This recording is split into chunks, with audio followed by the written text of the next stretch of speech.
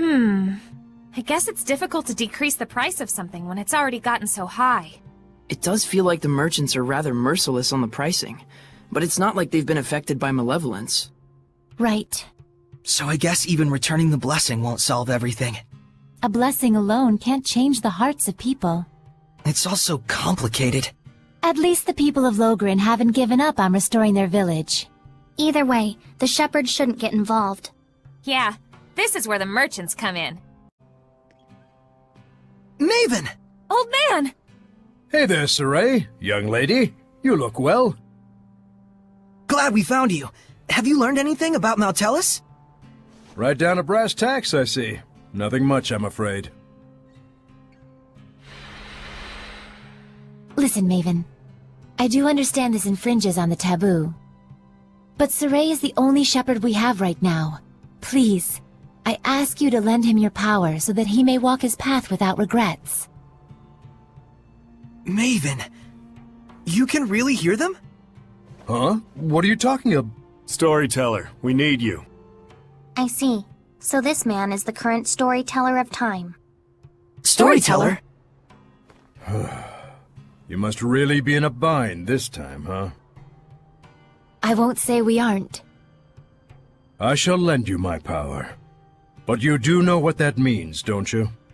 Yes. You're a scary one, lass. Well, I'm lost. Seriously, Lila, Mayvin, can someone please explain what's going on? Now, hang on a minute. Do you understand how momentous of a decision you're presenting me with here? Wait a minute. Is this the taboo Lila mentioned earlier? That's correct. But as an explorer, I'll give you a bit of advice. If it doesn't all add up, the sensible conclusion is that you're missing a piece somewhere.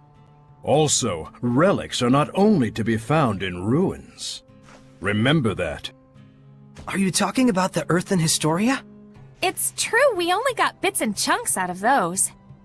What is it you know? For now, just search and trust your hunches. Everything else starts from there. You never could give a straight answer. I'll be sticking around here. Come back once you're satisfied in your search. Got it. We'll be back. Thanks a lot, old man.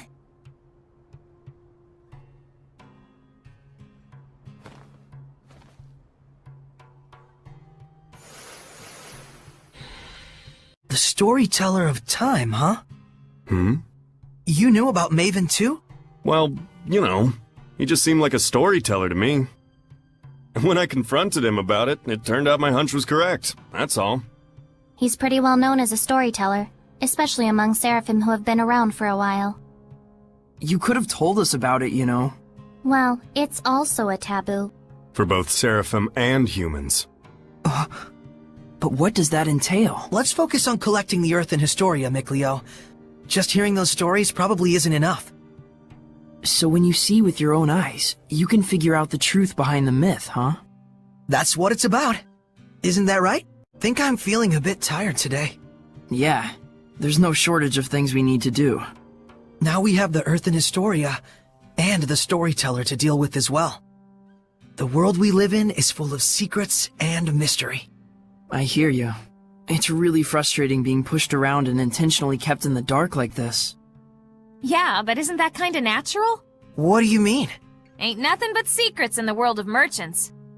The market, guild rules, networks, conveyance routes, all kinds of things you can't say in bid riggings. Every day is a battle against secrecy. I see. Yeah, you're right. In our case, that secrecy is all over Maltellus and his past history. Of course it is. I am a shepherd after all. And you like it, don't you? Of course! He's not kidding. Well, as long as you understand. Okay, let's keep up the never-ending battle against secrecy. Find anything? We know that Heldalf was stricken with a great deal of pain and hardship. It seems almost like some kind of curse. I can see that. Bound to the curse that is eternal loneliness. During our most recent encounter with him, he taunted Saray, preying on his emotions and trying to bait him into becoming a fallen shepherd. But afterwards, he reached out to Saray and tried to convince him to join his ranks. The Lord of Calamity, reaching out to the shepherd. I want to know, just what happened to Heldolf to make him the man we see today? But that would infringe on the old man's taboo. We don't even have a clue what that really means. Maybe this is selfish of us, but still. Is there no chance you can help? Follow me. Mayvin, are you sure about this? There's no point in stories if we lose the future in which to tell them.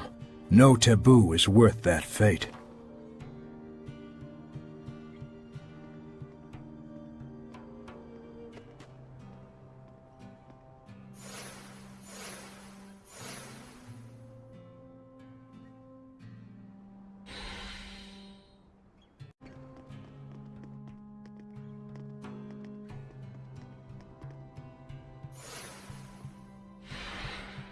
Oh man, nice! Check it out! That huge thing has carvings all over it! Is this from the era of the gods? I've never seen anything like it before. Oh boy, more fodder for our resident nerds.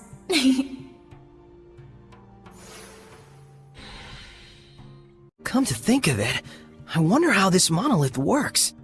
How do you think it activates the Earth in Historia? Probably because this is an Earth Pulse Nexus, don't you think? Earth Pulse?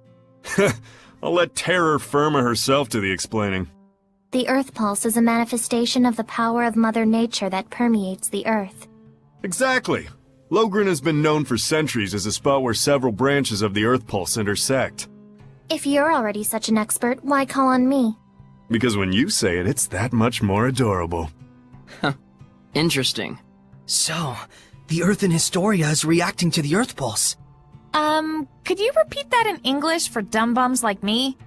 Well, Okay, let's say instead that there's all this water bubbling up here. Then the Earth in Historia would be like a water wheel. When the wheel goes round, it grinds out the record of history, just like it was milling grains. Oh, okay. Makes sense to me. But then why are the Earth and Historia behaving like a water wheel? Probably... I told you, the Earth Pulse is the power of the Earth. Oh, I see. So if Maltellus made the Earth in Historia, and he's using the Earth itself as his vessel... then probably it's the force of his will that's making them do that. Edna and Zavid too. After our long journey with the shepherd, I imagine they're using this time to reflect on their past, and perhaps their future. Kinda like us, huh?